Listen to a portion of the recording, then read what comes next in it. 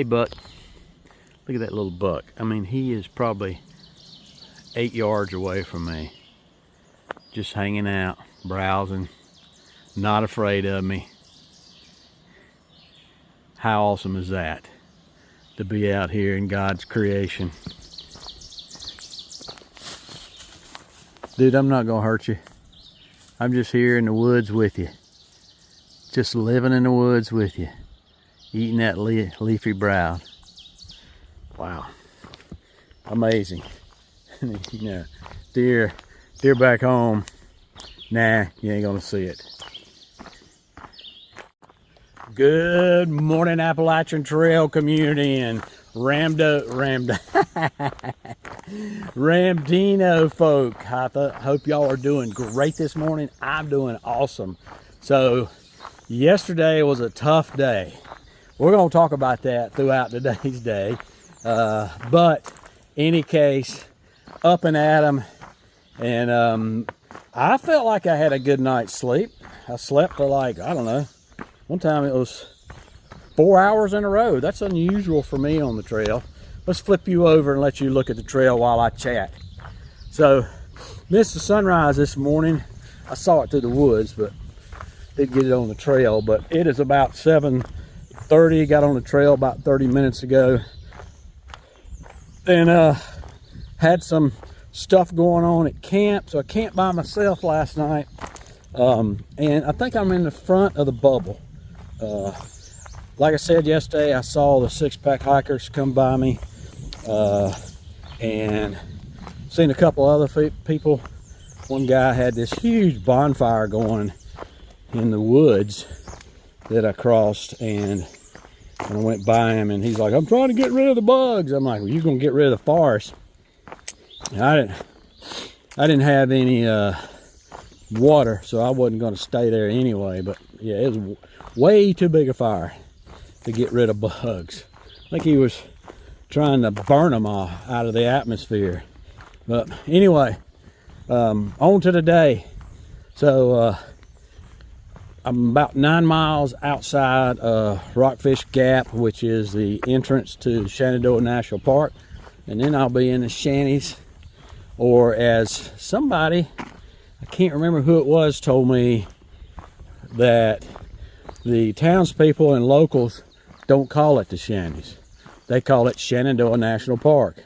So, just like I have been, I won't say chastised, but I'll say I have been corrected that when I called it McAfee Knob, that's not what locals call it. It's called McAfee Knob. So, and just like I've corrected folks that are not from the Appalachian region, they think they're coming to the Appalachian region, just like I've corrected them and was settled at Trail Days and immortalized in a t-shirt as being the Appalachian Trail, Appalachian Mountains. Just like I've corrected them, I certainly get corrected on a regular basis on the channel on my updates, and that is okay. Dialogue is okay. Disagreement is okay, as long as we can still be part of the same community and not come away with, "I'm gonna unsub you, bye." I've had that happen. People announce, "Unsubbed. I didn't like what you just said. Unsubbed." Okay, folks, it's not a, you don't have to tell us when you're getting off the ride. Just get off. And that's cool. Yep. All right. So far, the path has been awesome.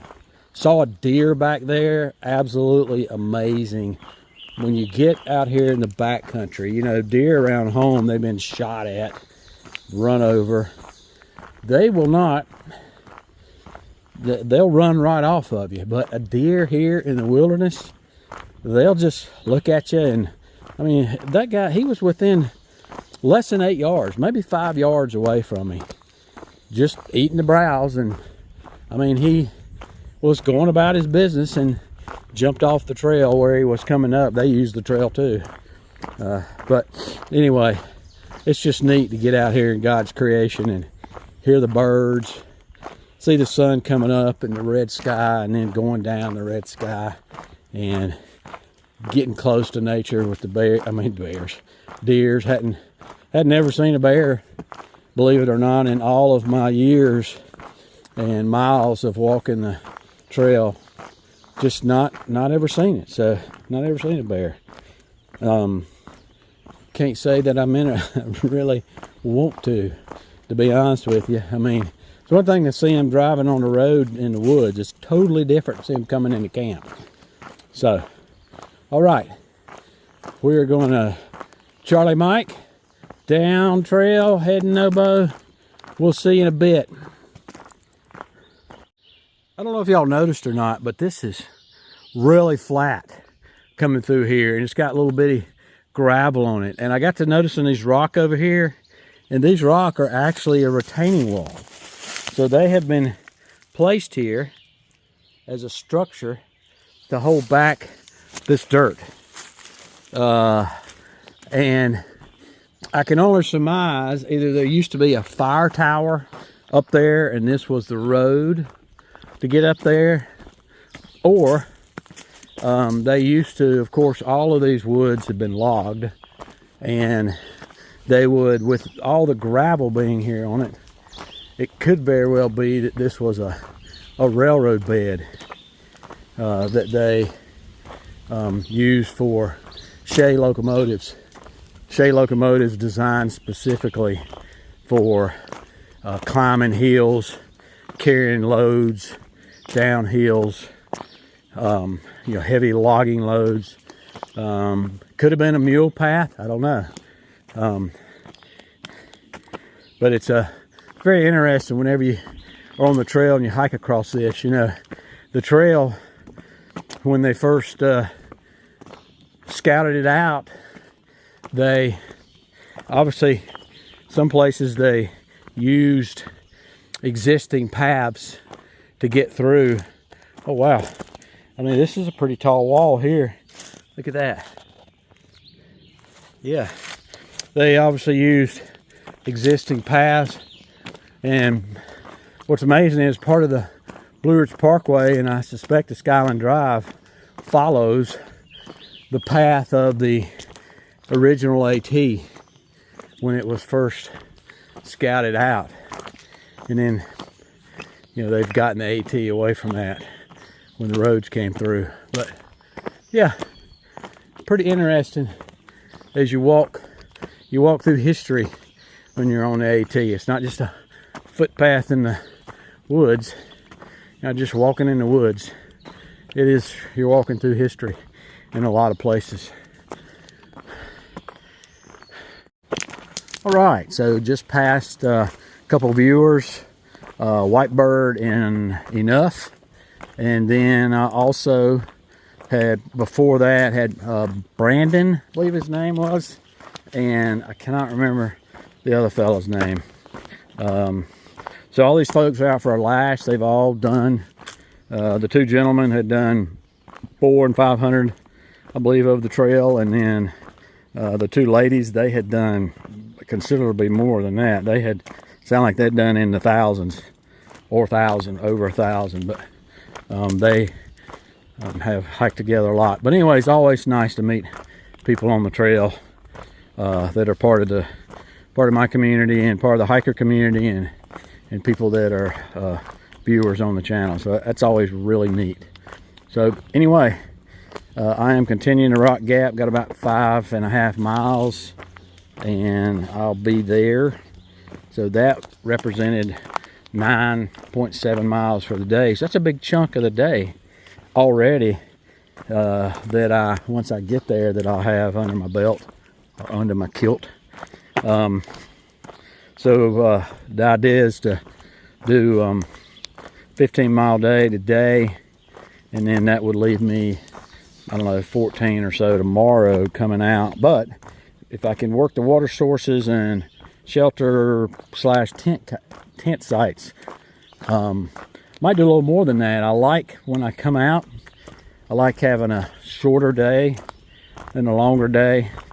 And then plus, on the way back home, I've got to go by and do a inspection on a bank draw inspection on a house for a bank.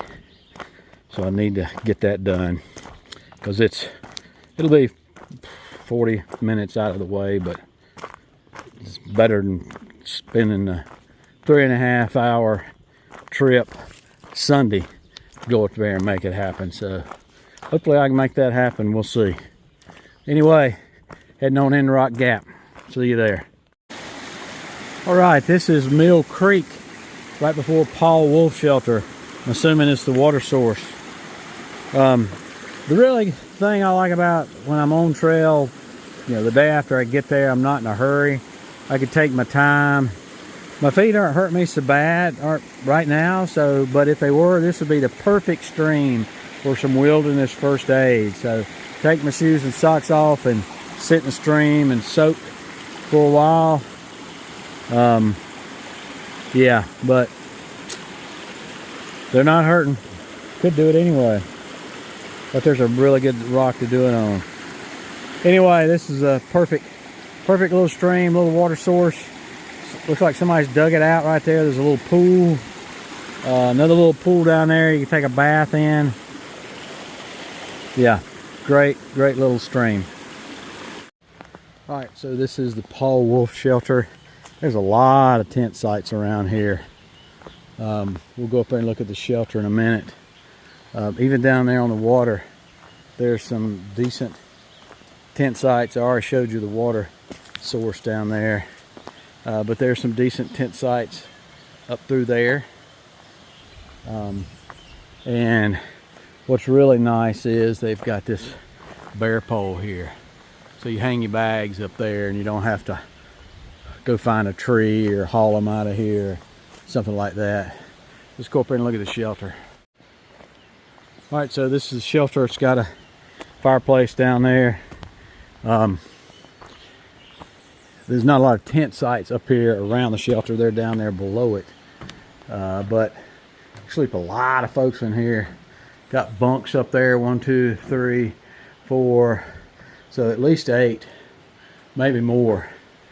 Because you're going to be sleeping on the floor and stuff, maybe in front. Yeah, so you're going to be able to get a pretty good bit of folks in here. Nice shelter though. And then there's also a pit privy somewhere around here. But nice little campground in here.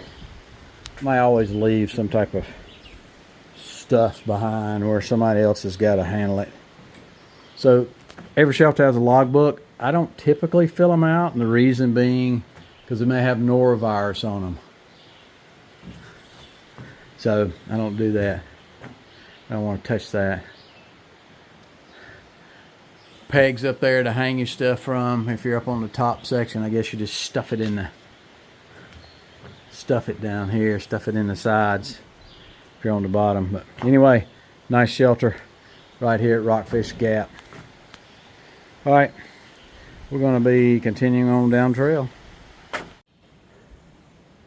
So here's something that's pretty fascinating. Just here on the mountaintop, a cemetery. None of the headstones, there's marker stones, but none of the headstones have any markings on them. This lady here, Rosalie Phillips, she died in 2016. So, you know, that wasn't that long ago. It looks like they've scratched something into this rock, but there's all these little markers around here to some family cemetery. Just up here on top of the mountain. I would suppose that this was a homestead at one time, and this is and those are the flowers they got planted there. They're not blooming this time of year. It's the Lowe family cemetery. But those are jonquils is what we call them. But anyway, probably some others out in there, but I guess she wanted to be buried with her family. Maybe her grandmother's buried up here. This was a homestead. Kind of amazing. just to run into that on the trail. But there's other places like that. Down in Tennessee, there's the two Union soldiers were buried there. They were coming home for a wedding, and they got ambushed and by Confederates, of course, and were killed there, and so they buried them there. So anyway, never know what you're going to run into up here in the middle of nowhere. All right, this is the W.J. Mayo home place. Sorry, it says, yeah, home place. So, I mean, you see he's right here on the side of this hill. That was what's left of the foundation. And it just gives you a great example of how hard it was to live here. I don't know what they did for a water source here, but it's, you know, nothing's flat. What did they do for a place to plant crops? They dang sure didn't go to the grocery store. What did they do for cattle? Yeah. So please come across these things here just in the middle of nowhere, and look at the size of the foundation of this. So not real big, right? Pretty amazing what people had to do to survive back then, and why come way up here on this mountain. I guess to get away from it, to have a piece of land.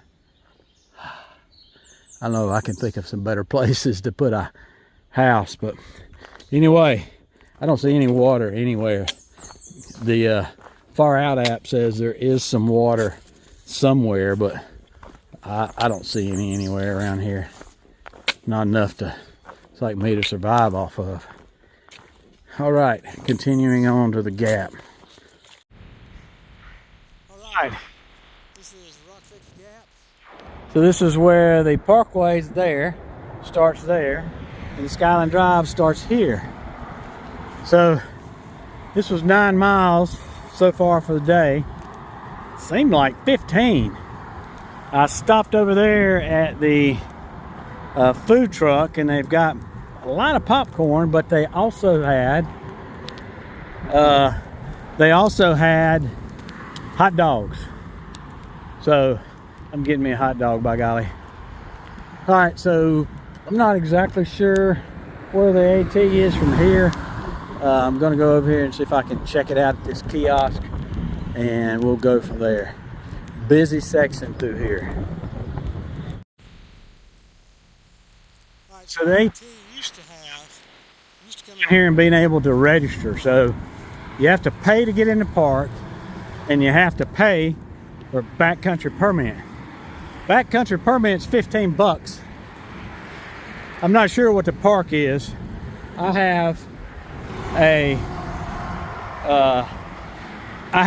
forever military pass, being a veteran, and get in any national park for free for life. So I don't know. Backcountry permits, you can't register it. You used to have a kiosk, you can't register there anymore. You have to register at a online. I'll talk to you about that in a minute. All right, so I'm assuming this is where the kiosk to get your backcountry permit used to be. Now there's just a QR code there. It says if you don't have service, take a photo of the QR code and apply for your permit when signal is available. I don't know that's how QR codes work.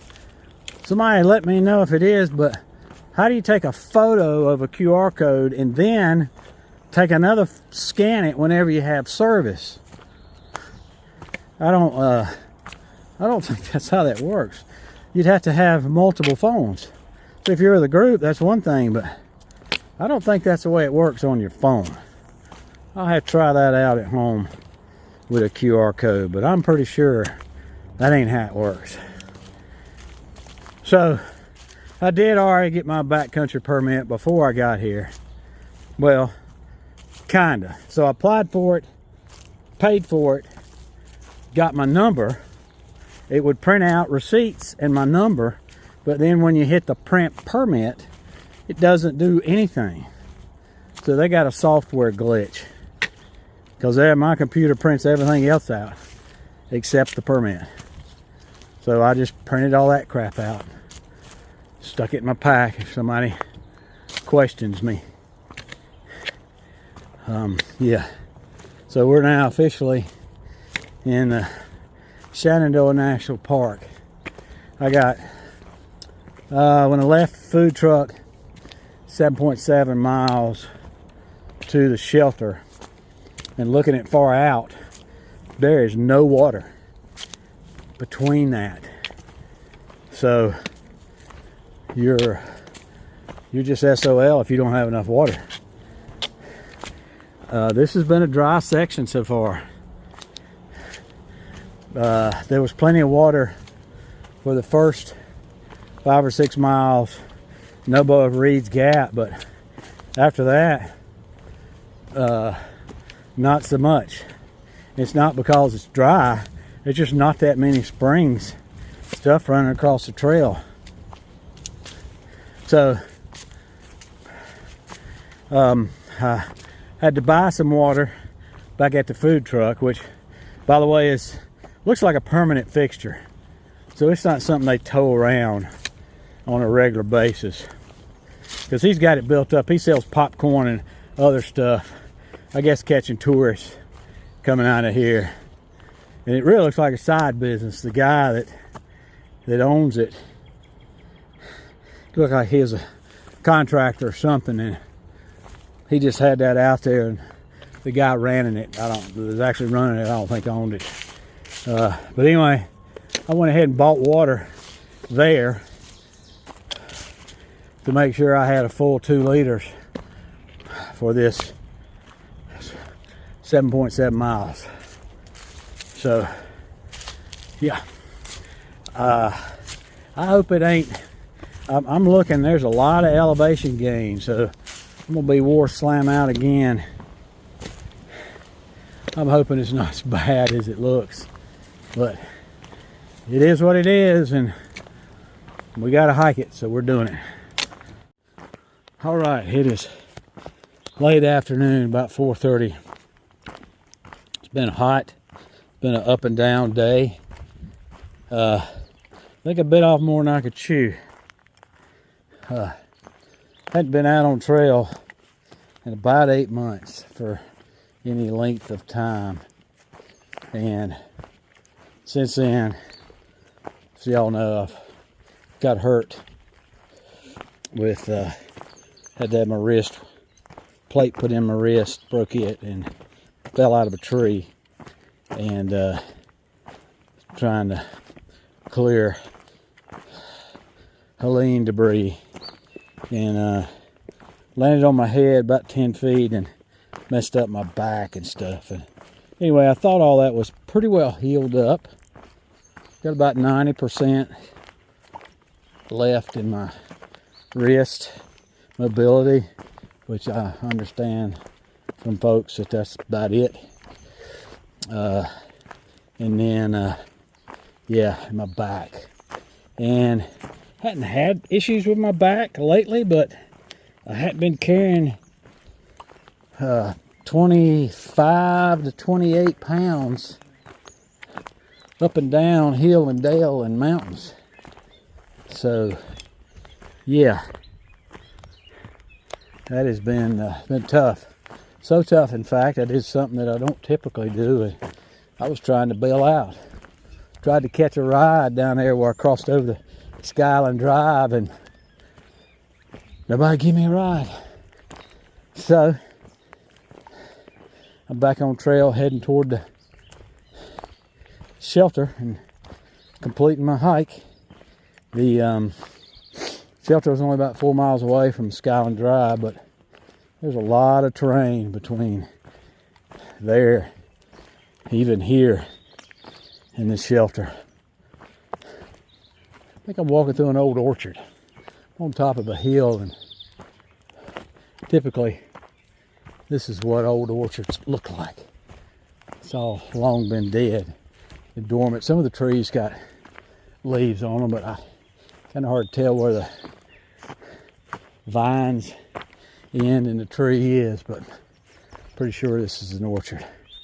All right, let me put this away while I trudge along. Well, this is where the infamous tractor seats are. Did not know they were here, but they are right up here at this giant freaking communications array.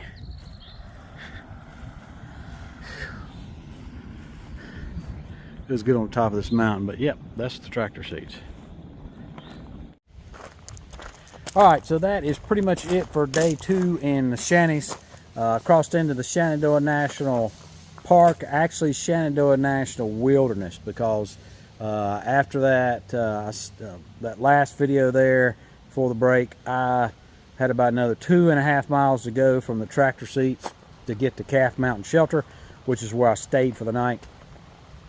Stayed in the shelter. It's supposed to rain a lot, and it didn't rain at all, so I don't normally stay in the shelters. Didn't do any filming because there was 2 folks at the shelter, in the shelter, and then there was another 3 or 4 camping around it. A lot of camping spots there, but that shelter is interesting enough not in the Shenandoah National Park. It's in the Shenandoah Wilderness, but not in the National Park, and I didn't realize it, but the National Park is pretty slim. It's like, you know, right there around the road, the Skyland Drive that comes in. So where I was at anyway, so it doesn't get too much further beyond that, the portion that I was doing. Anyhow, we will pick up tomorrow and for the final Shenandoah, this particular trip, day 3. So tune in. That's going to be somewhere here or over there or wherever I decide to put it this time. And then you can also go back and pick up the playlist for the day 1 if you missed that.